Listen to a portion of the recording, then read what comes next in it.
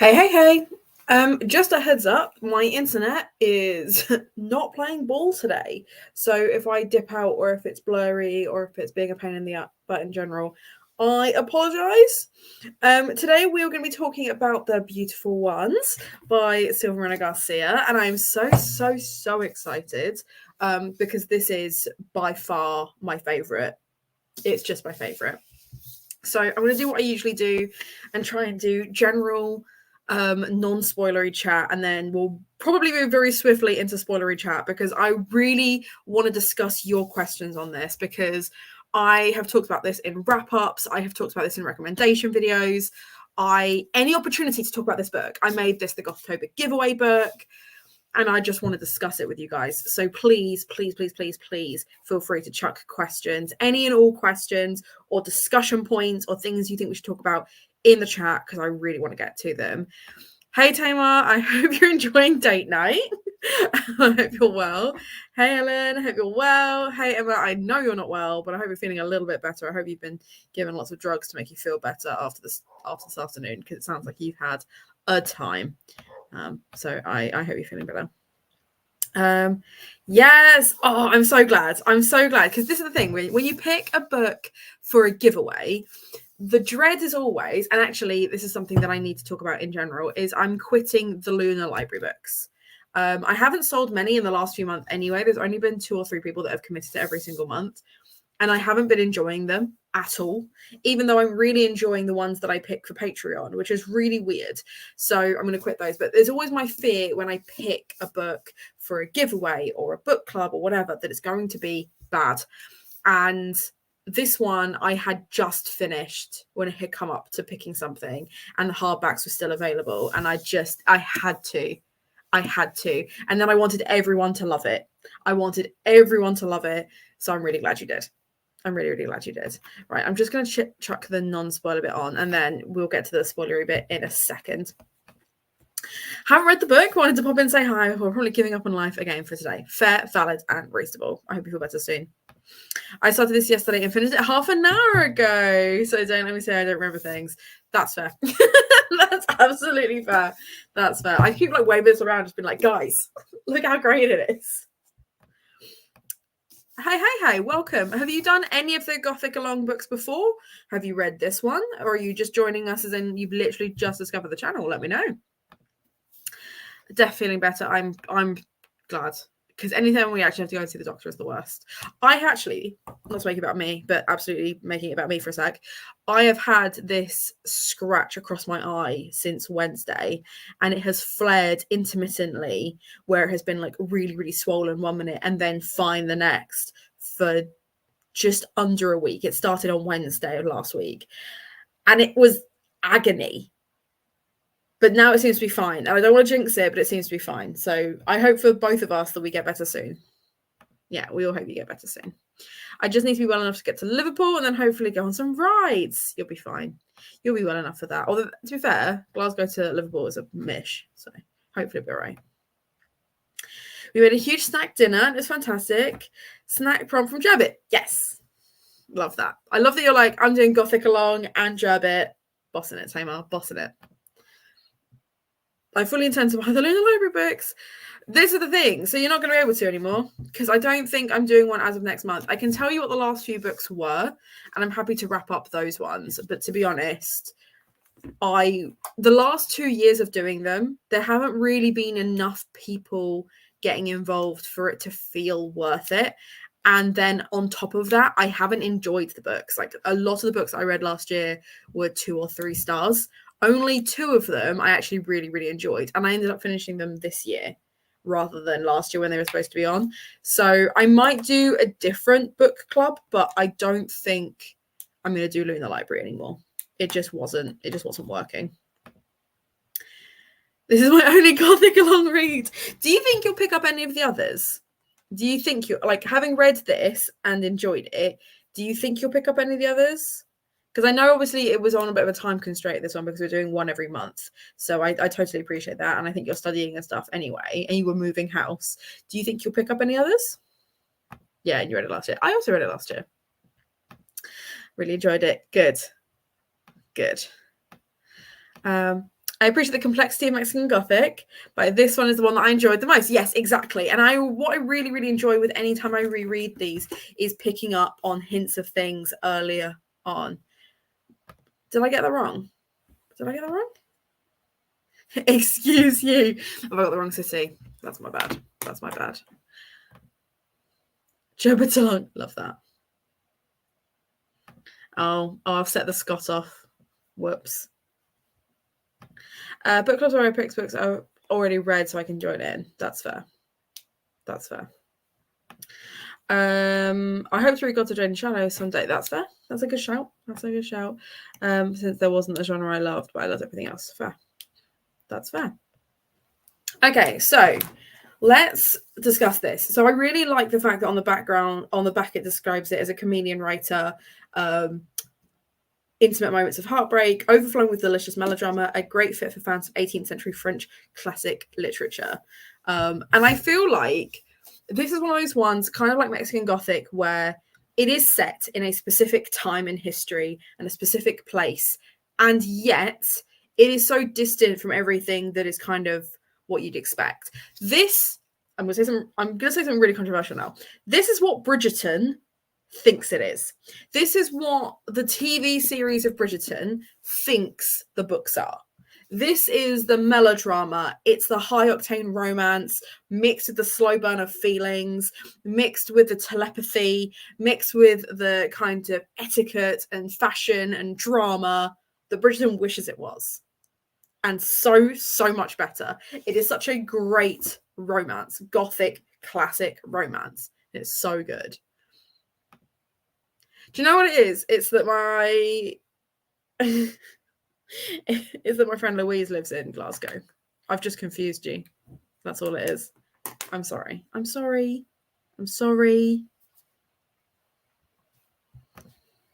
don't actually care that much. I'm looking forward to navigating through trains. Yikes.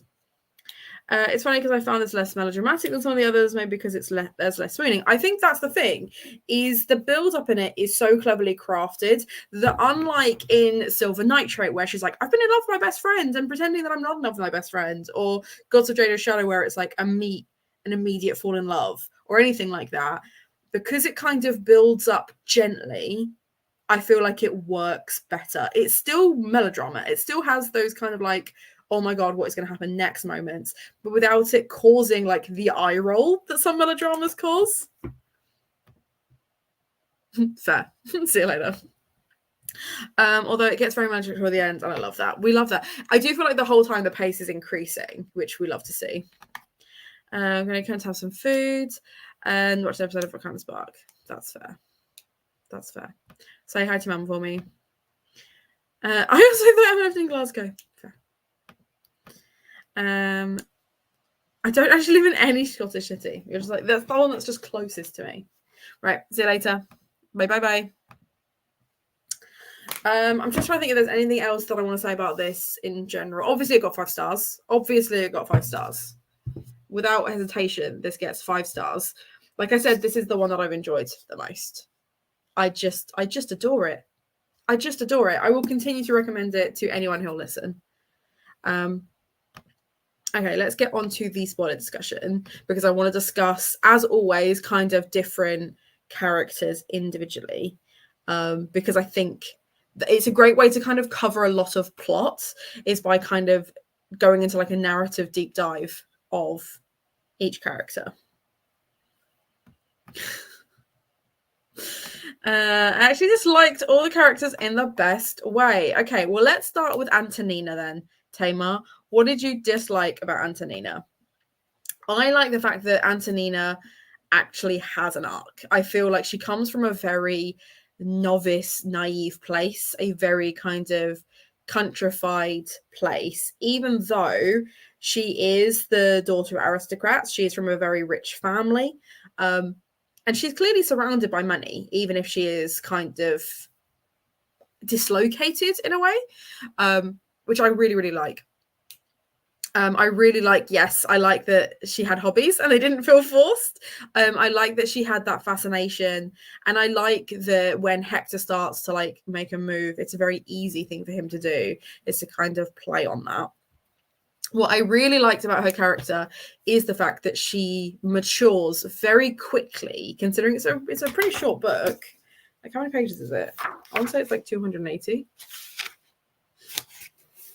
290, which is not too bad. So it's quite a short book. She matures quite rapidly because she's put in situations where she's forced to mature quite rapidly. And she is kind of pit between, obviously, she has Hector and what's his face? The guy at the end who's just in it for the money. What's his name? What is his name? Etienne's brother.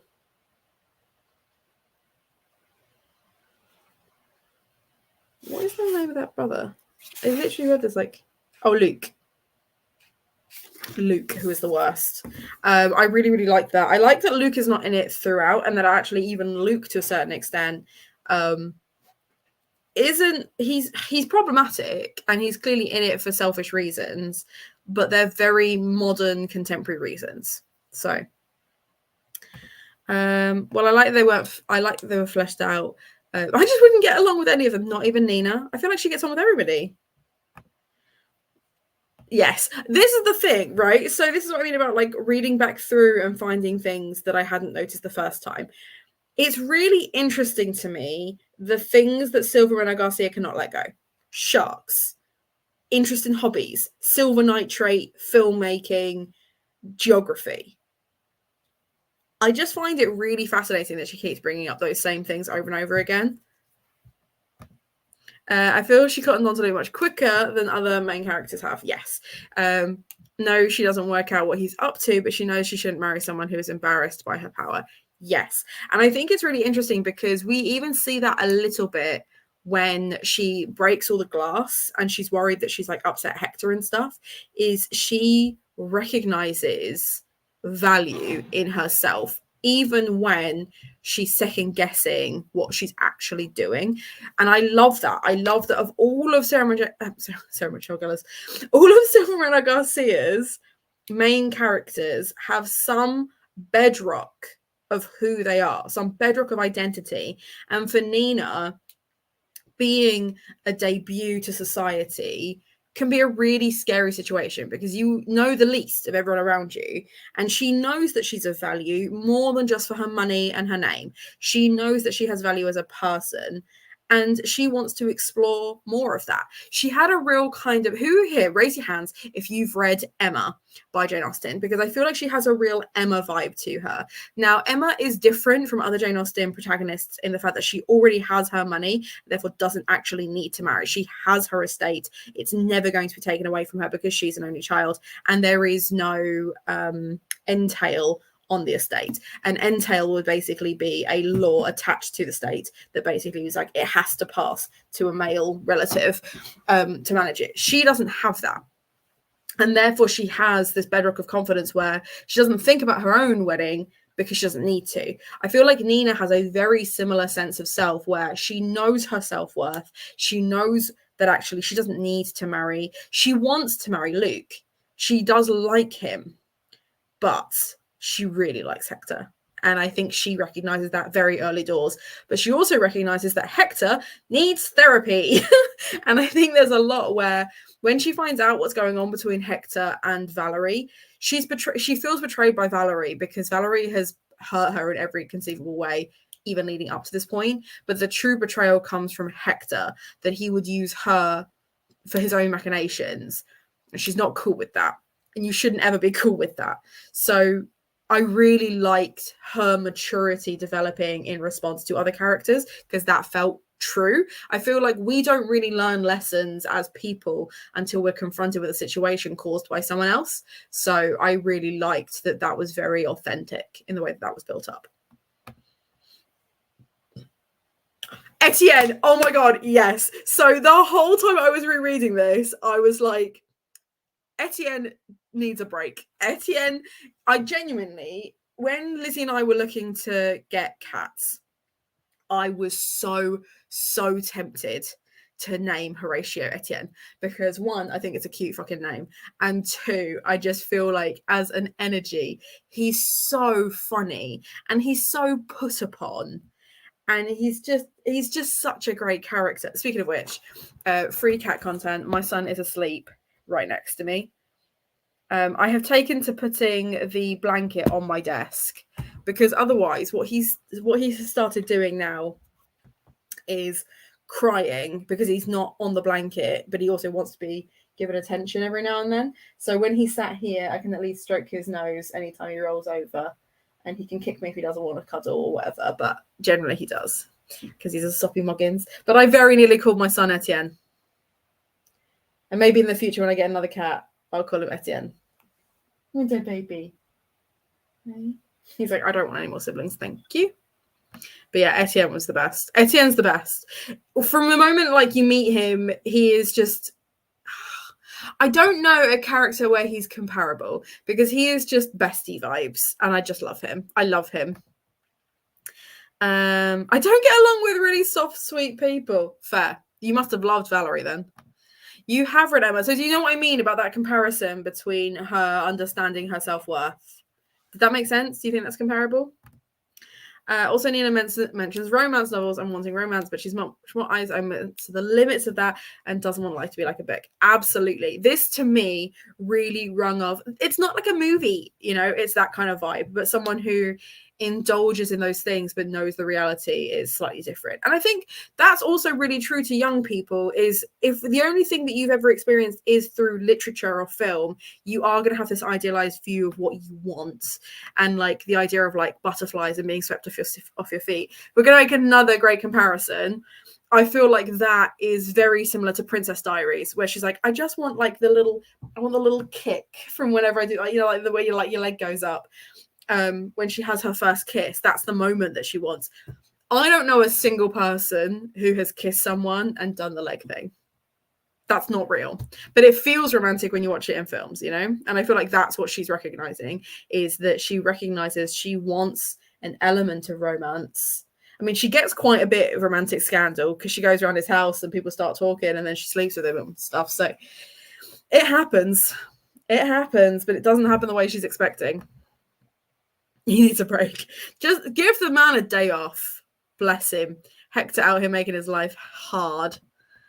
Yes, he deserved better. He did. He's got a shitty brother. He's got a shitty best friend. He's got a wife that we never meet. I feel like he's just like, I married her because I had to. It is what it is, my guy. And just kind of like, I loved him. See, baby, they love you. He doesn't care. He's asleep. Valerie.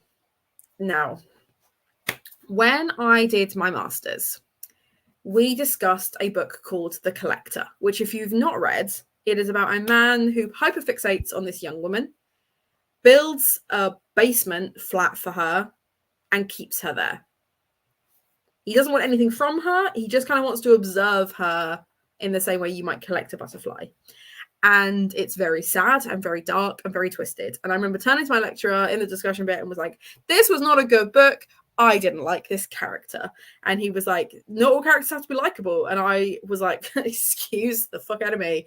And it changed my perspective on a lot of things. And I think when I first read this, when I first started reading this, I was like, I hate Valerie. She's not a nice person.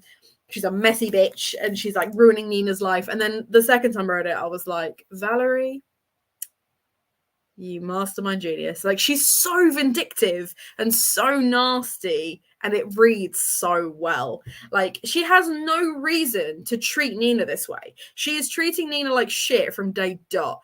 Obviously, it gets worse when Hector's involved. I appreciate that. But, like, from the start, from the first moment, she has it out for Nina for being younger and more beautiful. And I think that's a really internalized misogyny view on things. I don't think every woman older feels that way, but I do think it's really interesting whenever we pit women against each other in any form of media, whether it's film or literature. It's interesting that they have this kind of dynamic of motive, and her motive is she didn't get to have the life she wanted, so Nina shouldn't either. And the idea that it all comes out worse for Valerie. And actually, if she hadn't done anything, she'd still have a rich husband and she'd still be living it up. And she just couldn't do it. Her husband was lovely. Gaetan is lovely. He's a bit dim. bless him. And he can't see the wood through the trees. He can't see just what a nasty piece of work his wife is. And yet, so yeah. And I hate the rich, don't we all? Camp villain, yeah. Full villain. Collector Sims 3 basement, yeah. Yes, yeah. Like, it really does consume her. It is one of those things where, you know, when like people really like lean into their anger, and it's like the angrier you get, the more you're consumed by it, the more you lean into it, the worse it gets. I really feel like this was a tale of obsession for her. The fact that she could not let her bitterness go. If she had just left Nina alone for 5 minutes, her life would have been very, very different. Yes, the cover is very, very beautiful. I really like that there's like the mirror image of the bugs either side with the flowers. I really like that that's almost kind of like a little buggy flower halo. I really like that because I like that that kind of does represent like the two sides of who she is. I like the fact that this woman is beautiful, but she has like a very masculine jaw and she has quite a heavy set brow and like then thick hair. Very similar to how Nina is described, but she's clearly older. This is clearly Nina as a woman. I find her fascinating. I find her incredibly fascinating as a person to look at. Beautiful, but not traditionally so. Love that. I read a lot of books recently where someone has a burning resentment and it colors how they perceive all interactions and events. This is another good one. Yes, I think it takes a real mastery of writing to be able to show you different perspectives, and they are actually different perspectives, because I think Hector, Nina, and Valerie, they are all experiencing the same situation, but they are experiencing it differently, and we read it differently depending on whose perspective it was. It would have been very, very different to see Nina meeting Hector for the first time from the perspective of someone just watching, knowing, being in their heads and seeing how they're dealing with these charged emotions was really, really important to developing who they were. And I really love that. Yes, yeah, it's great. So let's talk Hector. The first time I read it, I thought this guy was a himbo. I just thought, what a menace, like what an absolute lemon. But second time reading it, I have to say I like him less reading him the second time. I like that he starts off quite vindictive. But the thing that I find so interesting about him in particular, especially in comparison, messy guy, messy guy, compared to other Silva Garcia heroes, is how like all of them, they have this perspective and they are blinkered to it, right? So you have what's his face in The Doctor of Dr. Moreau, where he's like, just gonna keep my head down, do my work, drink my drink, live my life, right? And although it changes, it becomes, I'm going to keep my head down, work for my mistress, love her from afar, right? So his mentality is very straightforward. In Silver Nitrate, the actor, he has this kind of, this is who I am, this is how I treat things mentality. And like in every book that we've read so far, the men have been very, this is who I am, this is what I want. In this, Hector is not like that at all. I feel like he is the most flexible character emotionally we have seen thus far in the male spectrum, or masculine spectrum, because he starts off being like, I want Valerie back and I'm gonna bully her into loving me again, and then just when he can make that choice, he's like, actually, now you've said it, I don't want Valerie, I want Nina. And then it's, but do I want to risk it with Nina? I don't know if it's worth it. I don't know if I'm going to just ruin her life. Let's be a bully for 5 minutes. And it's like, my guy, just pick a fucking lane. Like, genuinely, just pick a lane. But obviously it makes for great reading, and I loved it. I had a real panic on first meeting Hector. We were going to go full Night Circus. Interesting. I did not enjoy Night Circus. I did not enjoy it. So the idea that it was kind of this very small little moments of his magic, I liked. But fortunately not. I did enjoy that he was a mess. He was such a mess. And actually, it's really interesting because I feel like one of the things that I really, really like about this and shows a real strength in SMG's writing is the fact that gender of the characters doesn't make a difference. She will write them messy and she will write them cluttered and she will make them as authentic as possible regardless of their gender, because I feel like it really could have been a switch either way, like which way it was going to go. And it worked really, really well. I feel like if you were going to swap the genders of all of the characters and have it so that like Nina and Valerie were like guys and Hector was this like whimsical woman, it would read exactly the same. Hector would still be having a hard time to decide. He first starts courting Nina. It's not sincere, yes, but it also didn't feel like he had a plan. Yeah, he starts sending her these bugs and has this like idea of what he's going to do. What I really like is that he's just kind of useless at it though. Like he just doesn't know what he's doing. He's not a smooth, suave person. He's been working for the last 10 years on the assumption that he will be able to return and marry the woman of his dreams, only to find out she's already married and has been for some time. So I feel like he is not a man with a plan. He's just a man with a desperate desire for vengeance. Except unlike Valerie, it just doesn't fuel him the same way, and therefore it dies. I loved Hector. By the first, I was like, you absolute brick. I love that. He is. He's like, he's almost, if he was stronger, if he were a more masculine man, a bit of a himbo, let's be honest. Like, there is not really a thought between those ears. Like something of a short year later, I have no clue what part of the magic actually plays. So I think the main point is for him, it is something that he's had his whole life that he has mastered and controlled, and I guess to a certain extent is also a representation of how we react to things when they're gendered. For him, the kind of studious exploration of it is very straight-laced and very clear. For Nina, it's a lot more emotional driven. It's that kind of classic battle of the genders where it's logical versus emotional. And yet he is way more emotional than Nina is. But because she's a woman and because she's younger, she can't really argue this witch status. So it is just a way of showing that through her gender, she is still more oppressed than he is. And that he is able to, in the same way that merchants were able to kind of glean more prestige from selling to aristocrats, he's not an aristocrat and she is, but he has something she needs, which is control. So it basically creates a balance for them whilst keeping this more gothic. So it's not just a historical romance. The supernatural elements to it, the witchy vibes, the telekinesis, all of that, I think I keep saying telepathy, but it's telekinesis, allows for the gothic to actually seep through, and it feels more like a gothic / fantasy than without it. Yeah, it's an achievement to write a female villain, but have the book still feel very anti-patriarchy. Yeah, exactly. I love that. Such a brick.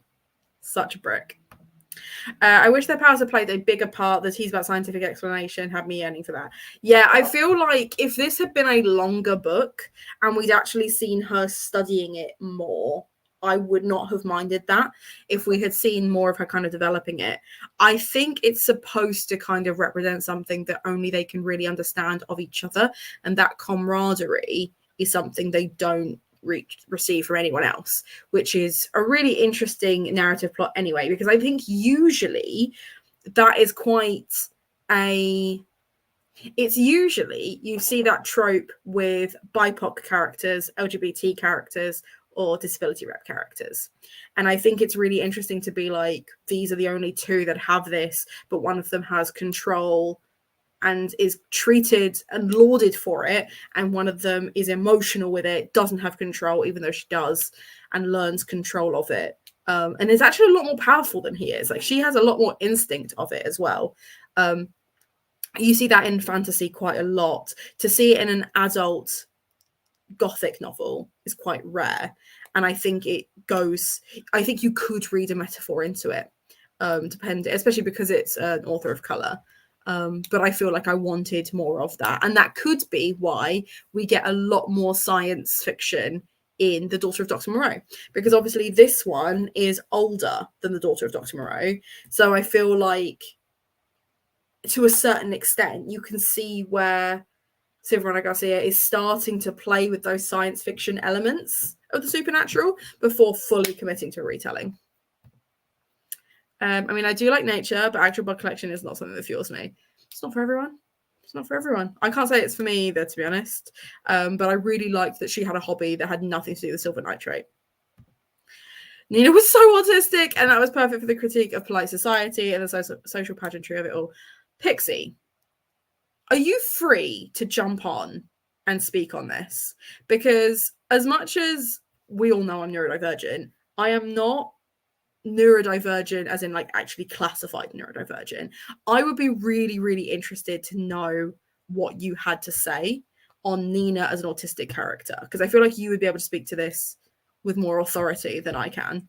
So if you are free, I will absolutely send you the invite and you can feel free to jump on, or you can just leave it in the comments down below, because I think this is something we really need to discuss. Okay, give you 5 minutes. That's fine. I will drop it on Discord for you. Let me do that now. I'll send it to you via your private chat. I'm not just going to randomly drop it in the main one, although I think my Discord will find that quite funny. There you are. Because I do think it's worth discussing, and I do think, if even arguably, maybe there is a comparison to be made with what I just said about the disability rep, is that Hector has forms of neurodivergence as well, but with Nina being so autistic, he sees some of that. And I know that when it comes to neurodivergent people, we do tend to flock together. We do tend to have, yes, this is what I want. This is exactly what I want. I want to hear from someone with authority on the subject, you know? But really, really interesting. Whilst we're waiting for Pixie, we'll do a real quick chat on Luke, and we can probably discuss Getan as well, and then come back to Nina. Luke is such a Wickham character. He rocks up halfway through, like he's barely even there until they go and visit Nina's home. He's barely in any of the pages, and then suddenly he's like ready to like whisk her away and marry her, and is never to be seen again, kind of thing. All because he wants to knock her house down. And I kind of loved that. I kind of loved that we weren't just fighting the same storyline, because one of my least favorite things in a narrative of any character of any kind really is when the characters aren't learning those mistakes, so they keep making the same mistakes over and over again. It drives me up the wall. So I really, really liked that halfway through Nina learning her lesson about romance and what is real and what isn't real and how she's been manipulated, etc., there is this other man in her life now that she has to make a choice about, who is worse. Somehow so much worse than Hector, who is just using her to make a point. Instead, she's being used for her money. I dropped my pen. I've literally been sat here fiddling with. I've noticed I've started collecting things. This is not relevant. But I'm going to tell you anyway. I've started collecting things that are light purple. So I bought myself a new notebook because I want to start. Basically, I was doing a reading journal, but then I was reading too much, and I didn't actually have time to keep up with a reading journal. So I now have a watching journal, which I don't know if you can see. It's the same frigging color. Like I said, I was never diagnosed neurodivergent. Diagnosed neurodivergent. And yet. Yeah, so any thoughts on Luke? Any thoughts on Luke or Getan? I thought Getan, bless him, was just a mess. Pixie's here. So, one sec. There we go. Hi. Hey. Sorry, I just got home and I'm on my phone. So I luckily prepared for this unknowingly because I have underlined all the autistic vibes throughout. Love that. But I'm not prepared enough to like have them all tabbed. So that's fine. I'm gonna improvise a little bit. Mm-hmm. But like in the very first chapter, I wrote in the chat that I like got some vibes And then I went back and reread it and underlined to figure out where the vibes were. And it's the way Hector's like, do you talk to all men in this manner? Because she's like unusually plain speaking, like she's direct. Classic autistic trait. And she also mentions like the social rules. She says that the rules in Lausanne are different. And you know, she has nervous energy. She second guesses her request to have him dance with her, and she gives a complete and honest answer to a question, which Hector does not expect, which is also very typical. I cannot tell you. You asked me a question. Are you surprised I gave you an answer? I can't tell you how many times I've gotten the question, "How are you?" And I'm like halfway through telling them about my day before I realize, right, I was just supposed to say, "Good, how are you?" Yes. Yeah. And then there's the bug collection. And I mean, like, there's more social stuff, and the way Nina just doesn't get all these like artificial social rules. But there's a specific thing about the bugs that I was like, this is more than an interest. This interest is special. This is a hyperfixation. This is a special interest. And it's where she like brags about how like actually this is also really good. She had to bite her tongue to stop herself from detailing their life cycle. Yeah. Here it is. I can identify hundreds of butterfly and moth species with absolute certainty. Like, this is a girl who is proud of her special interest. Yeah. So yeah. Grace was not her strong point. Dyspraxia. Like, I just feel like she's very obviously autistic, and Hector is less obvious. Like, by the end, there was something that he said. Also, the way they talk about sex is really funny. He's like, how was it? And she's like, I don't know, we could try again, and I can keep better mental notes next time you do of this experiment with you later. Yeah, she's basically like, I don't know, let's find out for science, but in like a less sexy way. And it's just so good. Like, I loved her immediately. It took me longer to warm up to Hector, like I said. But yeah. One thing SMG will always do is write a female protagonist that I absolutely fall in love with and would die for. Yeah. Yeah, for sure. I hope this was what you wanted from me. This is absolutely, no, for sure. This is absolutely what I wanted. I think it's really interesting because I would query now other historical romances with that lens now. Because there are so many that I can think of where they actively discuss etiquette. And like Northanger Abbey is a classic, right, by Jane Austen. And even then, it's kind of pitted as this, well, she's almost like a country bumpkin. And she questions, okay, but why are people wearing linen, not cotton? Because they feel the same. And like there's even these things where she's like, it's a fabric, who cares? But obviously, as part of like etiquette, there are all these social rules. I would be so interested now to read about how many other classics it's like, no, these characters are neurodivergent, and when you read them with that neurodivergent lens, how much sense it makes. Because I feel like, yeah, but the first time I read this, I was just like, oh, she's just a kooky little bean. And then when you were like, oh, Nina's autistic, I was like, oh my god, she is. Like, she's so autistic. And it's not like a neurodivergence rep that's like bashed over your head of like, and then she starts stimming, and then she starts doing this. Like, she has her break moment, obviously when she like shatters all the glass and stuff. And I guess to a certain extent that would be that feeling of being overwhelmed and that loss of control, and she's not able to mask anymore. And also that must be really, really difficult that she's feeling forced to mask in her own home, because she's got these 3 guys that have come to stay with her, because Etienne, Luke, and Hector all just rock up, and she's just like, this is my home and you're making me uncomfortable in my own home. And then she's essentially locked in her room by Valerie and is like, you can't come out until you can behave, kind of thing. It's really sad and so very kind of typical of the neurodivergent experience. And so, yeah, it was one of those things where when you said it, I was like, I can't believe I didn't see that before. So that, no, I really appreciate you coming on and kind of jumping on that. Are there any other characters that you feel like now that you're here, you'd like to share an opinion on?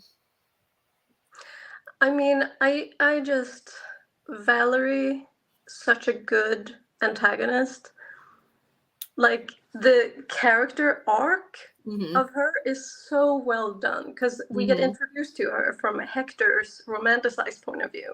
Yeah. Like, we do realize that, but he presents her as this like beautiful ethereal goddess. And then we slowly start to realize that she's kind of a bitch. Yeah. And by the end, she's fully homicidal. Yeah. And it's just such a good like unraveling of this illusion. The arc, the narrative, the story she tells. It's so good. It's so good. Like, you really wrote the hell out of this book. Yeah. Yeah, I'm not one to necessarily pick up casual phrases, but I really like the phrase like left no crumbs. I feel like this book left no crumbs. Like, this is a left no crumbs kind of book. Ellen has said, I found it really interesting that Valerie had no fear that Nina was going to expose her connection to Hector. It shows how intertwined everyone's lives were, as well as her probably not wanting to upset Catan. And I think, yeah, it was the very early part of that manipulation is knowing full well that she can ruin Nina's life and be like, sorry, the man that you love actually loves me, and not fear any repercussions at all because she's got so much control. And then she becomes totally unhinged. We love to see it. Tamar said, my partner is listening along, and how your day was, how was your day was very relatable. It was something, I saw something on TikTok the other day that was talking about how it's a neurodivergent response. If someone tells you something that's happened to them, to then give an example of when that happened to you, and that you're essentially trying to like bridge that thing. I thought that was just a thing that people did. And I just assumed that when someone was like, oh, I was ill, and me going, yeah, I've been ill too, like this happened to me, that it's not like a, hey, it's all about me type thing, but that I was just making conversation. I just thought that's how conversations worked. So I was just trying to connect. Yeah. I was just trying to make a friend. Don't mind me. Yeah, I was really upset when I found out about that.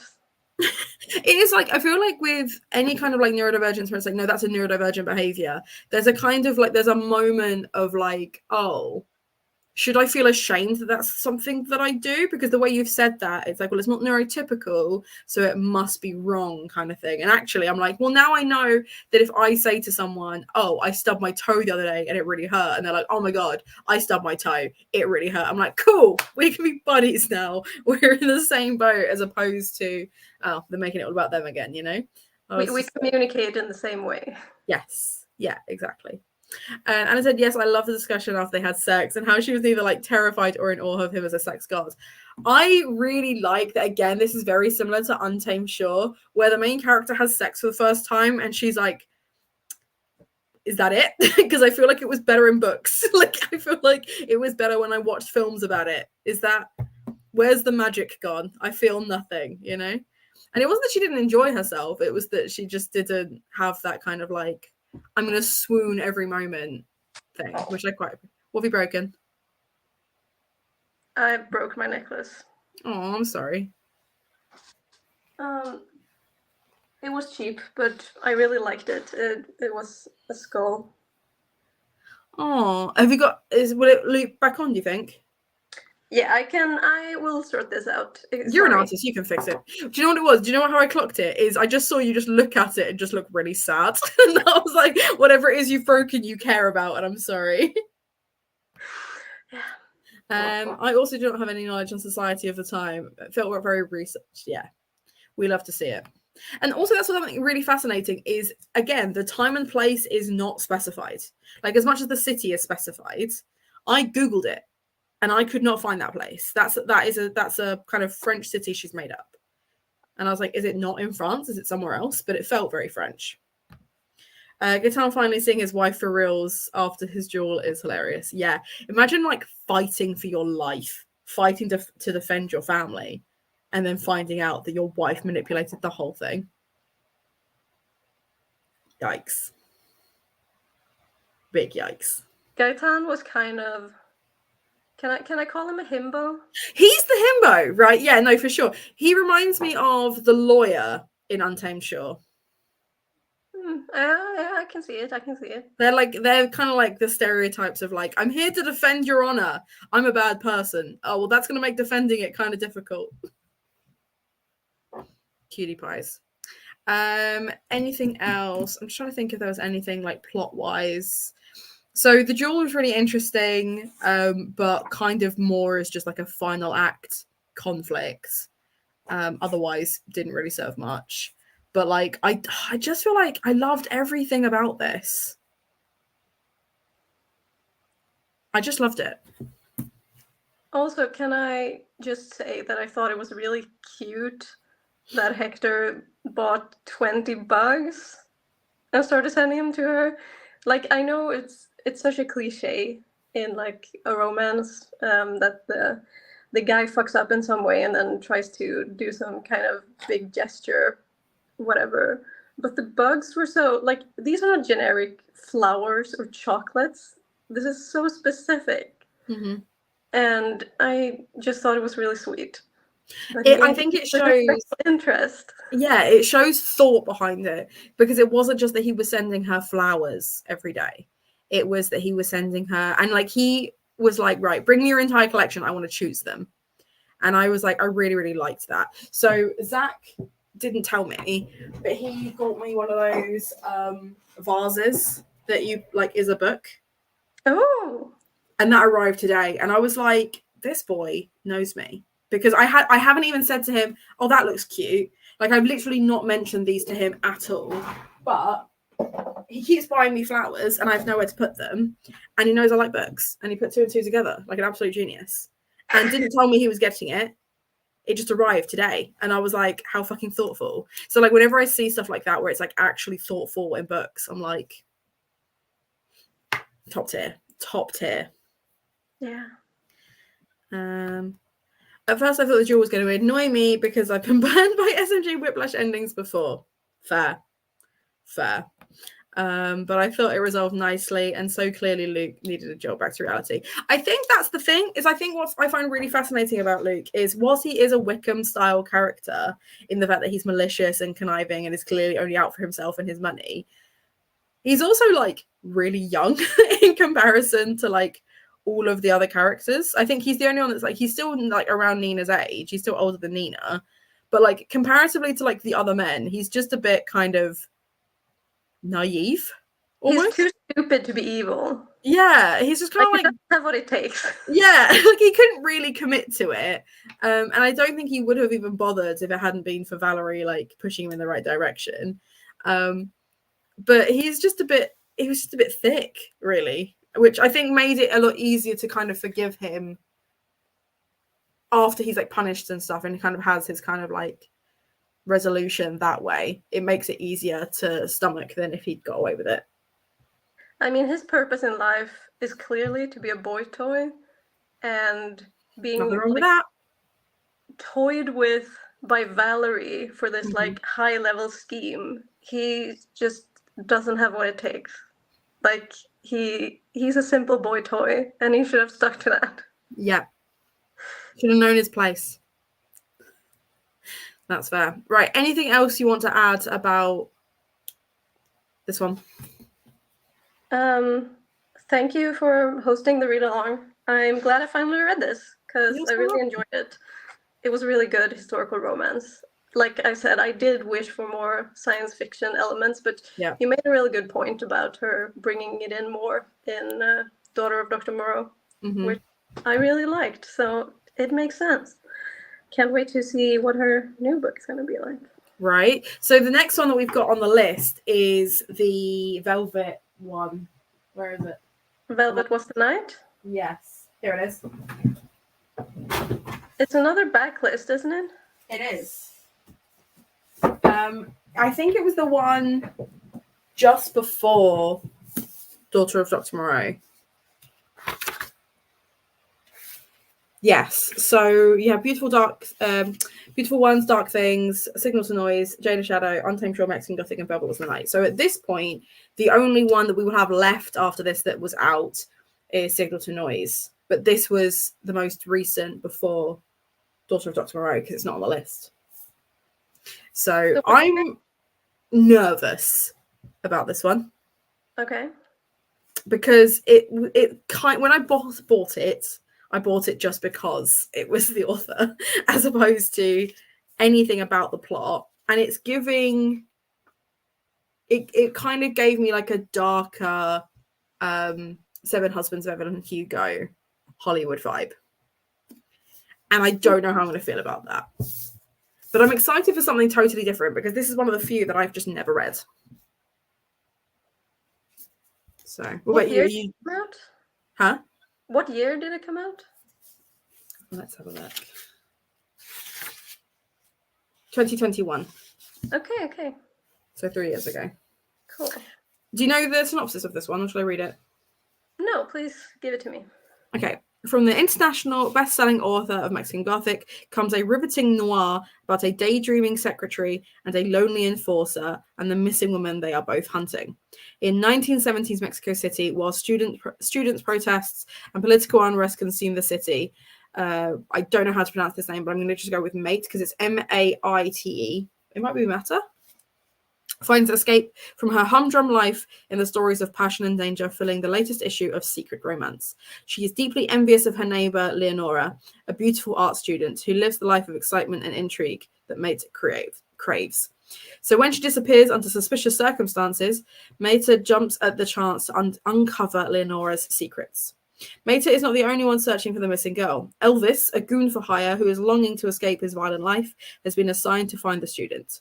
Like Meta, he likes old movies, comics, and rock and roll, and he's beginning to get interested in the mousy secretary who is fast becoming involved in a world of political intrigue. As Meta and Elvis start to uncover Leonora's trail, they journey deeper into a world of student radicals, hitmen, government agents, and Russian spies, all determined to unearth Leonora's secrets at gunpoint. Velvet Was the Night is an explosive combination of such classic thrillers as 3 Days of Condor and contemporary Mexican noirs like Yuri Herrera's celebrated Sign Proceeding at the End of the World. So I feel like it's going to be very similar to Silver Nitrate. Yeah. It sounds that way. Which I didn't love. So same. I'm only a little concerned. But politics mentioned intrigues me. So, and topical, considering. So we'll see. Mm-hmm. Oh no, more movies. It's SMG's special interest is movies. Goon. I do love the word goon. I enjoyed this book so much more than I was expecting you to. I'm glad you enjoyed it. Right, I'm going to leave this there then. I will see you guys soon for sprints regardless, but yeah, the live show for Velvet Was the Night will be, let me just check my calendar. It will not be the 4th because I'm busy on the 4th. It will be the 11th of June. I won't be able to make it then, unfortunately. Are you busy? I'm busy. I'm at the School of Communism then. Oh, love that for you. Right. Well, I will see you all very soon. Thanks again, Pixie, for jumping on very, very last minute. I appreciate you. Thank you for having me. Of course. And I'll see you guys next time. Bye. Bye.